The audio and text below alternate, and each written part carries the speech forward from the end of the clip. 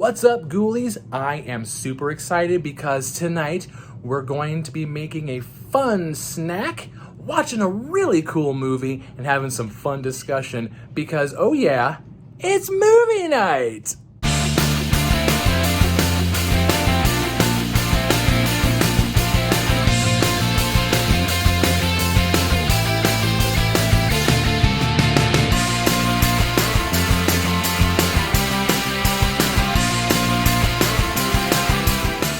I am so freaking excited for this movie night because we're going to be watching one of my favorite movies.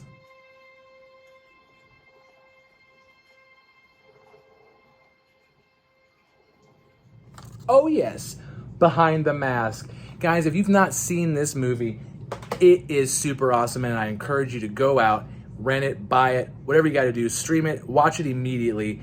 You're gonna love it because it's a movie that goes one direction and then flips on you, and I love a good flip. So we're gonna be having a lot of fun. Tonight's snack is especially gonna be cool because in this movie they feature an apple orchard and they talk about making apple cider. So we're gonna be having apple cider floats and making some cookies because hey, who doesn't love cutout cookies?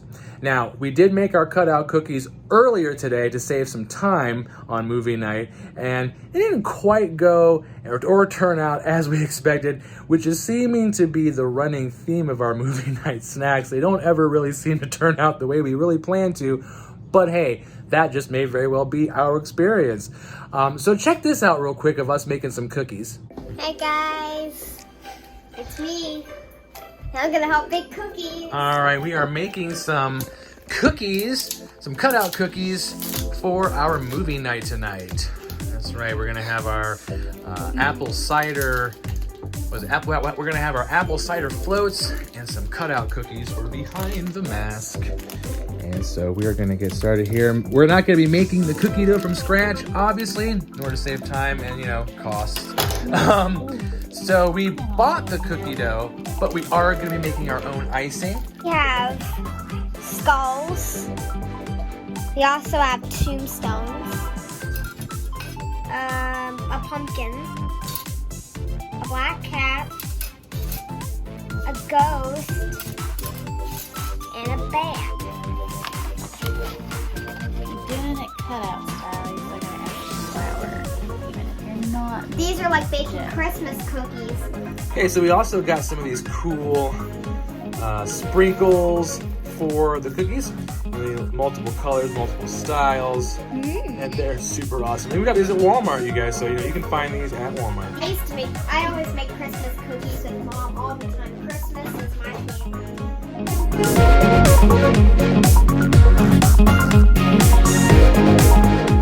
Crushing some dough.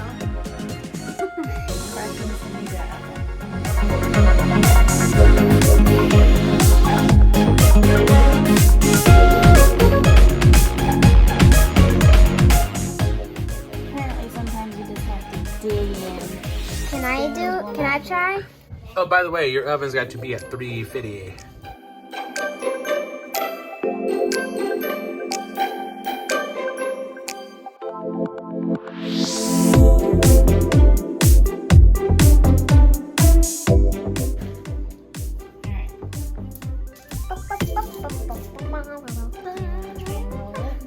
Sure. I think I can do it now since I'm stronger. Just take a look at these. Look at those guns. I'm so strong.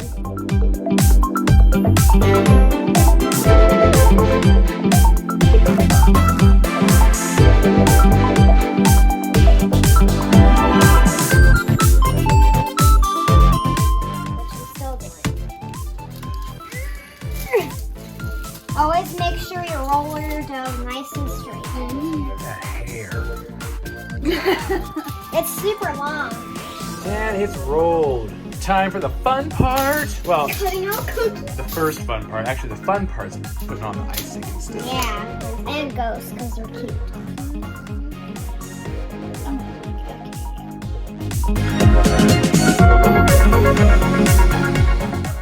Scare Bear, don't stand so close to the TV. Because we have the bell.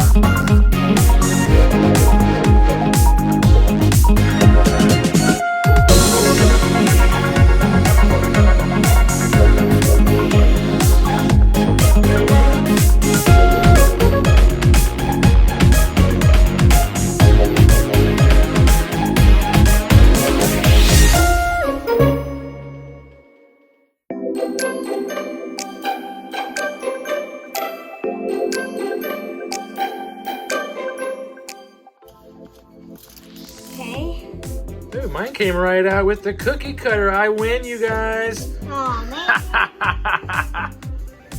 Look at that. That's because when you're the Halloween master, that's how it goes. Go. Whatever. I want to make, is this a, what's easy? What is this one? That's a skull. A skull. Now I'm going to make a There you go, Mom. loose. Oh, you're so Ah. cool, Brewster.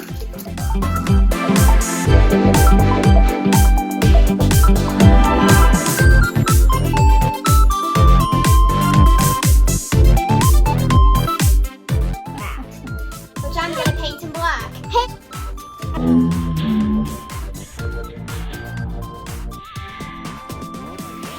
What? Sounds like our son's doing experiments in the living room. Whatever he's doing, he is deep in concentration over it.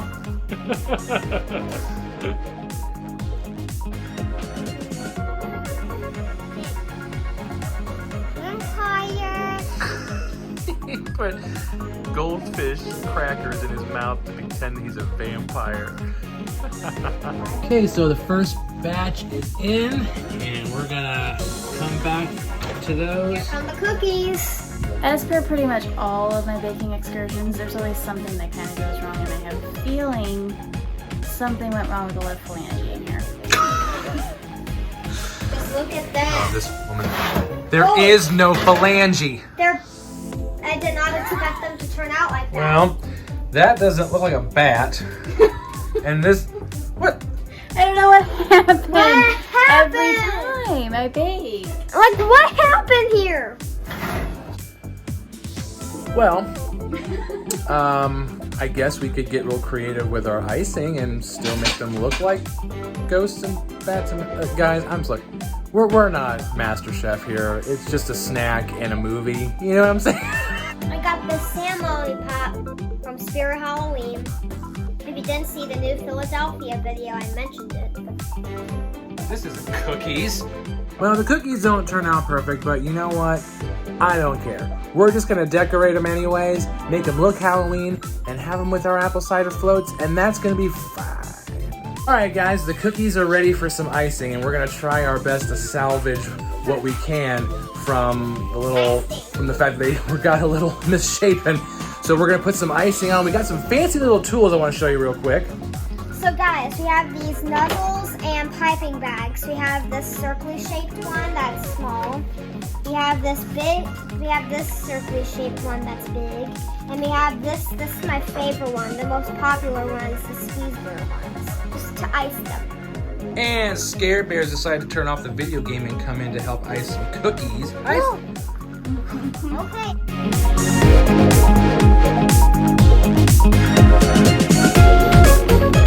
It's 3 cups of powdered sugar.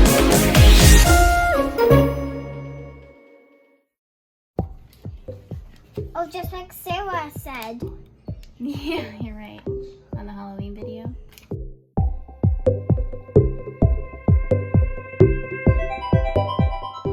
So the pumpkins are going to be orange, the skulls and the ghosts will both be white, Tombstone will be gray, the bats and the black cat will be black, of course.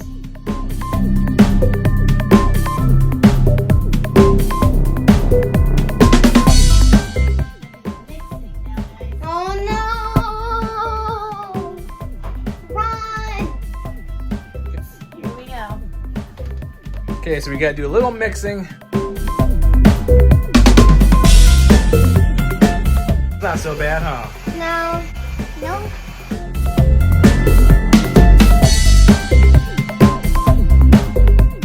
My shirt I smelled said like to just buy some cookies and treats, but Hey, I'm just thinking, wouldn't it be more fun to make the cookies?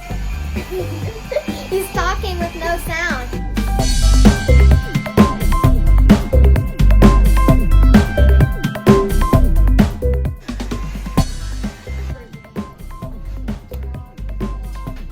it's delicious. It's icing. All right, ice these cookies, and then we're gonna decorate them with fun sprinkles. Look at this batch, man. What happened here? So guys, We're filling up Wait, what are these bags called? Piping bags. So we're filling up the piping bags with some icing. We're gonna just use white icing for now, and then we're gonna use colored sprinkles and colored things to make them look different colors. So we're gonna fill these piping bags up, and then everybody's gonna get one, and we're gonna ice some cookies. Okay. So, all right, Betty, grab a cookie. Well, nobody wants any of the burnt cookies, huh? I'll take a bag.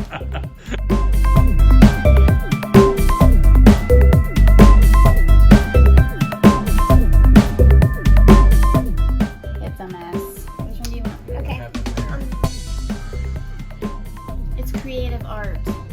It's what? Creative art. I'm gonna use these. I like these. Creative art. Uh-oh. Oh no! Keep going. Sure. Let's pick another cook. Another cook? Well, guys, we're gonna keep decorating these cookies, and then we're gonna show you the final result here at the end, because it's just a mess and things are not turning out the way that we wanted them to with the cookies. So hopefully our apple cider floats will be a much better success. But we're still having fun. Hopefully we'll have better luck with our apple cider floats. But we're gonna get what we can get done with these cookies, and we'll show you how they turn out at the very end. Okay, so here's the final plate of cookies. Basically, they're only Halloween related because of the colors. But they still taste amazing, and they're still gonna be really good while we're watching the movie tonight. So it doesn't matter what they look like, because we still love you. And I know this is a little bat, and that's a ghost, and that's a pumpkin. So I'm fine with it. Min, min, min. Did you just say min, min, min? Yeah, I said min, min, min.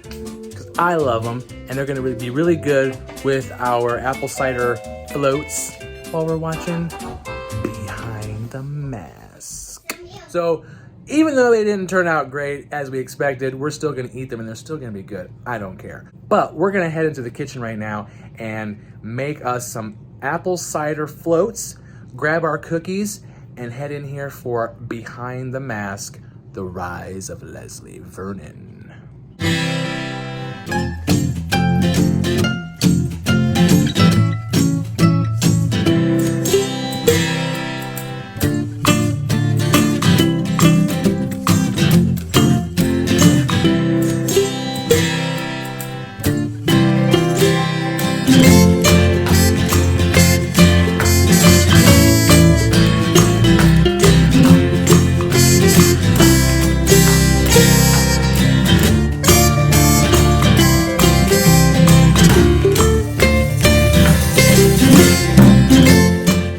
I wanted to show you guys this. Target has these really cool fruit-shaped skulls. Check out my strawberry skull, you guys.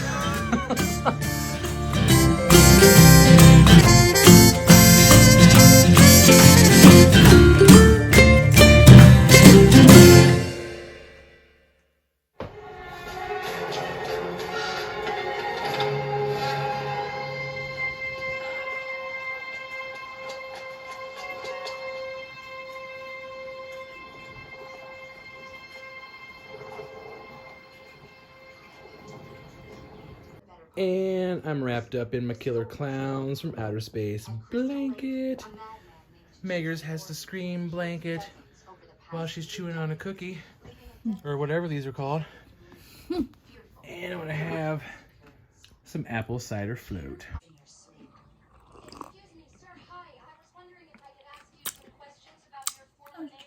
Yep.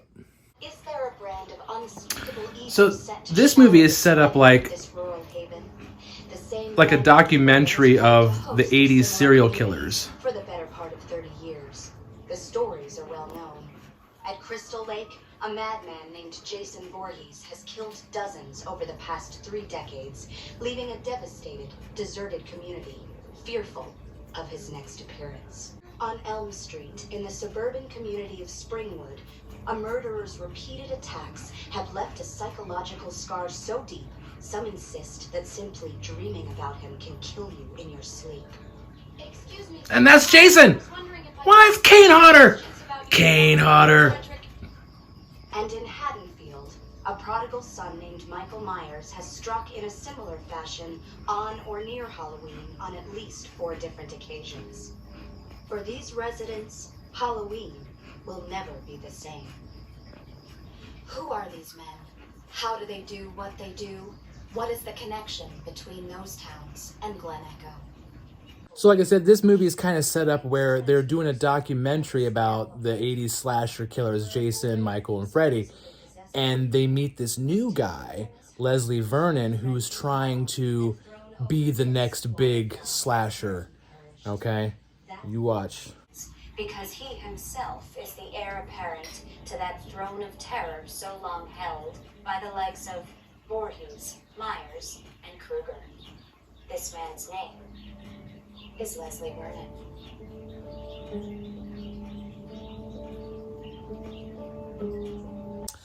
So that's basically the premise, but then as these film crews go through and meet this guy, things get weird. So the funny little twist of this movie was that when we first saw it many years ago, we rented it thinking it was going to be some, ridiculous B movie, and we were watching it with the premise of making fun of it and having some jokes, but we ended up really, really liking it, and now it's one that we watch every single Halloween season because it's so awesome. It's super good, you guys.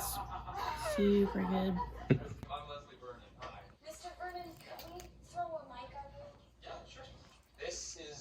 So Megan and I actually met Leslie Vernon here, the actor that played him, at Columbus, Ohio horror convention a number of years ago.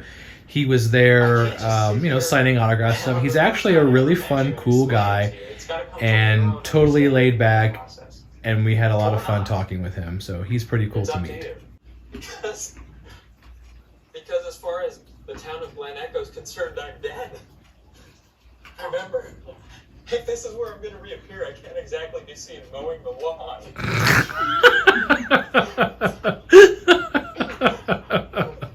So basically what he's doing at this point is it's set up like a documentary where he's being interviewed as to how these, phenomenal supernatural slasher killers, how they keep coming back and how they keep doing what they're doing and how they do all their slashing and killing.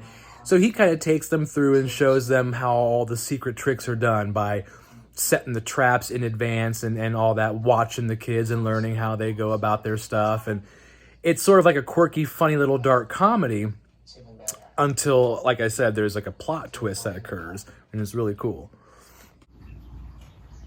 The night is still as death.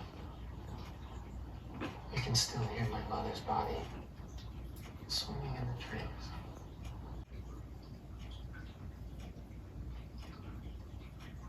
I'm just kidding. I'm just kidding. That's right. We got about a month to go. You have no idea how much cardio I have to do. It's ridiculous. Why so much?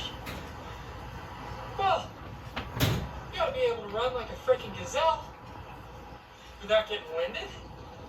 Plus, there's that whole thing of making it look like you're walking, and everybody else is running their asses off. Yeah. Now I gotta stay with them. It's tough, man. It's tough.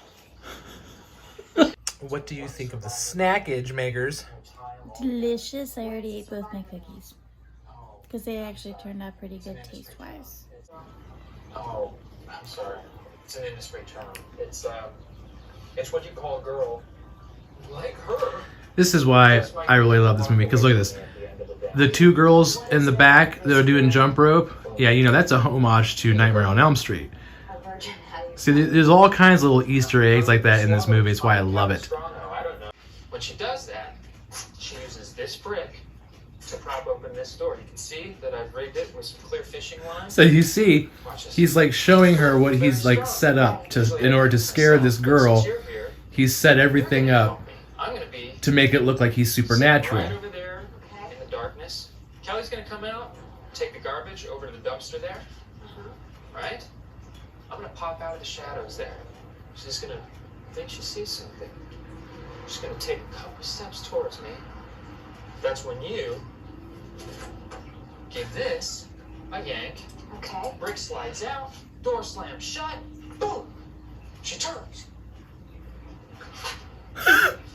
So we've seen his plan on how he's going to scare the first girl, so let's see how it works. Here we go.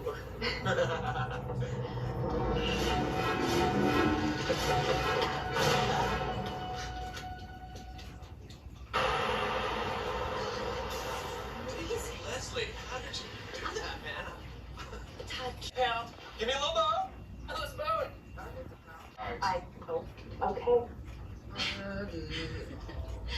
All right, let's get in. Go. Woo-hoo! She thinks she saw me. Maybe not. She's not sure. Just want to get her a little paranoid, you know? Just plant the seed that there might be some trouble coming. A sensory deprivation chamber. You know, like those big tubes. Just start over there. So, why do you do this? It helps you control your bodily functions. You know, like those yoga guys who can slow their breathing, slow their heart rate down to like 4 beats a minute or whatever. It's good to be able to do that in case you need to look. No, Dad.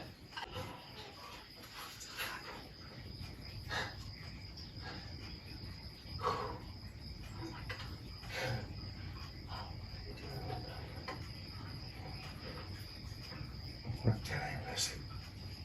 It's about 6:30, about 7. Yeah. Tuesday? Hello, man. It's Thursday. Jamie, you didn't say he was down here for 3 days. Hi, Grim. New toys. Paradise Lost. Found it. That's my favorite part of the movie. After I lost the librarian, Chase killed me around. Don't want to let her go. Wait for my signal. Get it? So hold his ass back to the van. Got it.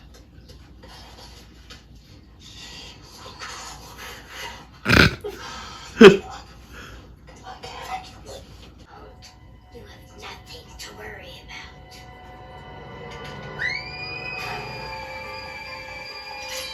Leslie! No more revenge here.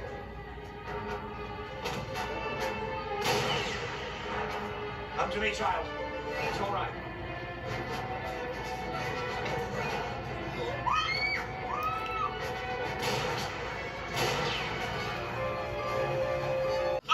Did you get that? You got it.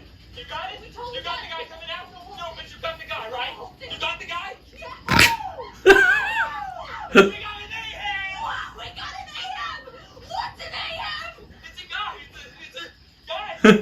Guy back there. Get in. We gotta tell you. It's Robert Englund. Robert Englund is just so cool.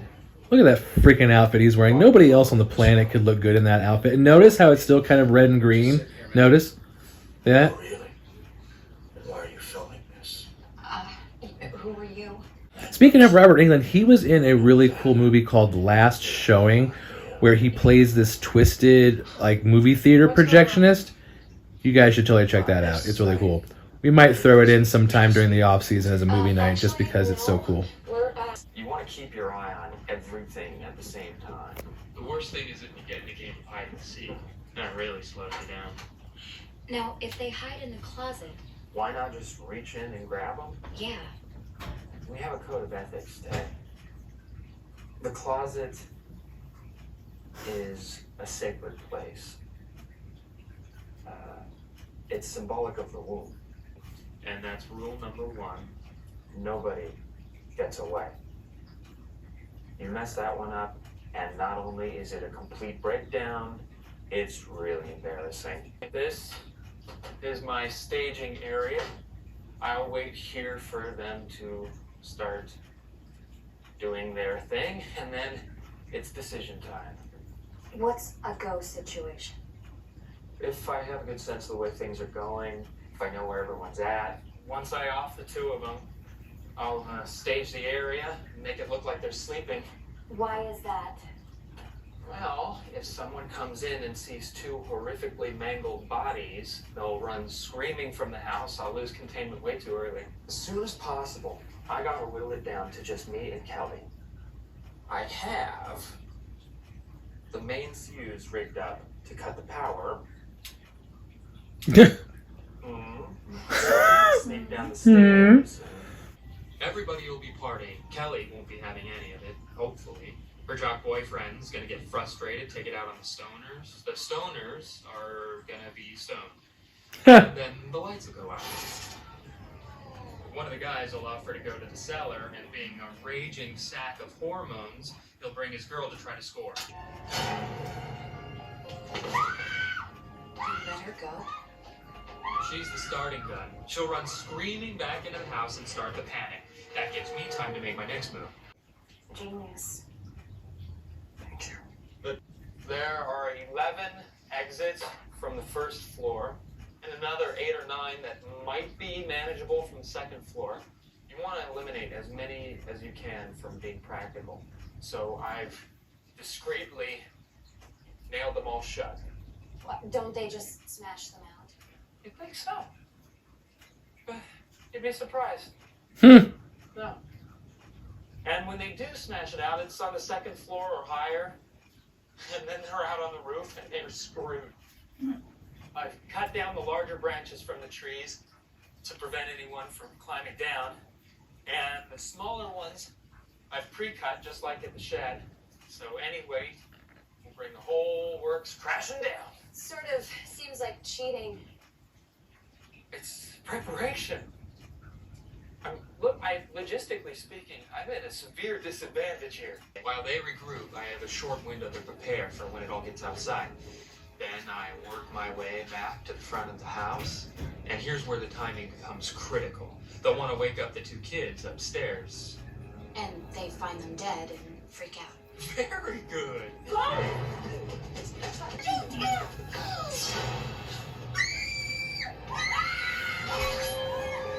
Any place left in here. Yes. No. Wait. Okay, stop.